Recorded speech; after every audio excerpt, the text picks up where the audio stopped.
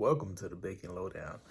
Today, I'm going to take you guys on a journey with us to Connecticut to a pizzeria we found called Costa Pizza.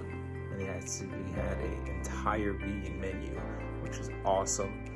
We got a regular cheese medium pie, and I think we also got a large barbecue chicken vegan pie as well. Garlic knots that I didn't get the footage of, but they were really good. They were about as soft as Zeppelin's, and the flavor was just great.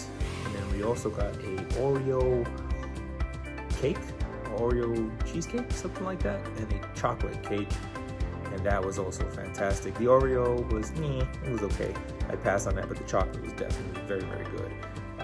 We were just in Connecticut for a quick trip and found this pizza spot, said grab something on the go, and it ended up being amazing. So next time we are out there in Connecticut, if we're in that same area, we definitely do plan to go visit. But take a look at the video and enjoy.